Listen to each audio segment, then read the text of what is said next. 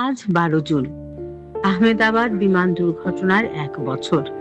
ইতিহাসের এক কালো দিন ফিরে দেখা সেই ভয়াবহ স্মৃতি। আজ থেকে ঠিক 1 বছর আগে 2025 সালে আজকের দিনটিতেই ভারতের বিমান চলাচলের ইতিহাসে ঘটেছিল অন্যতম এক মর্মান্তিক এবং ভয়াবহ বিপর্যয়।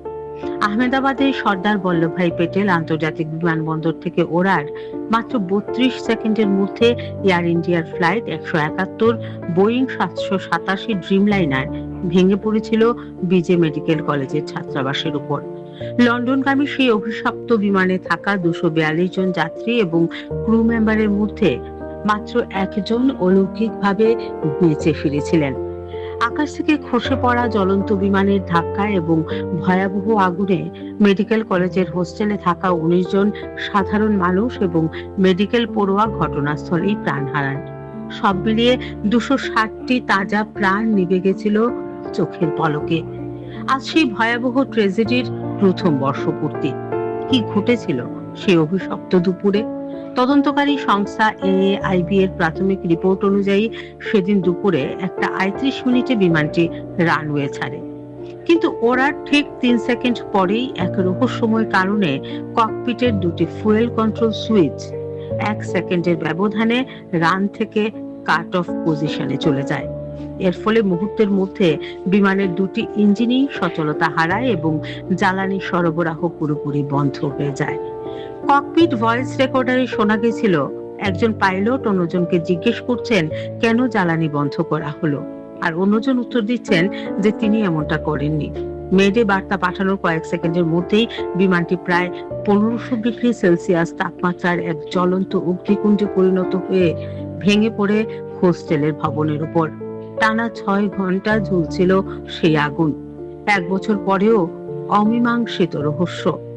আজ 1 বছর পার হয়ে গেলেও দুর্ঘটনার প্রকৃত কারণ নিয়ে ধোঁয়াশা কাটেনি। এটা কি পাইলটদের কোনো ভুল বা হিউম্যান এরর ছিল, নাকি বোয়িং 787 বিমানের ভেতরের কোনো যান্ত্রিক বা বৈদ্যুতিক ত্রুটি বা সিস্টেম ফেলিওর? তা নিয়ে এখনো চলছে চুলচেরা বিশ্লেষণ। আন্তর্জাতিক স্তরে এই তদন্তের চূড়ান্ত রিপোর্টের দিকে তাকিয়ে আছেন নিহতদের পরিজন। একমাত্র জীবিত আসন নম্বর 11A।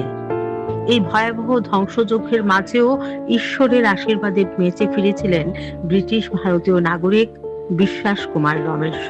11A নম্বর আসনে বসা এই যাত্রী ছিটকে বাইরে পড়ে যান, কিন্তু অলৌকিকভাবে নিজে বাঁচলেও মাত্র কয়েকটা সিট দূরে বসা নিজের আপন ভাইকে সারা জীবনের মতো হারিয়েছেন তিনি।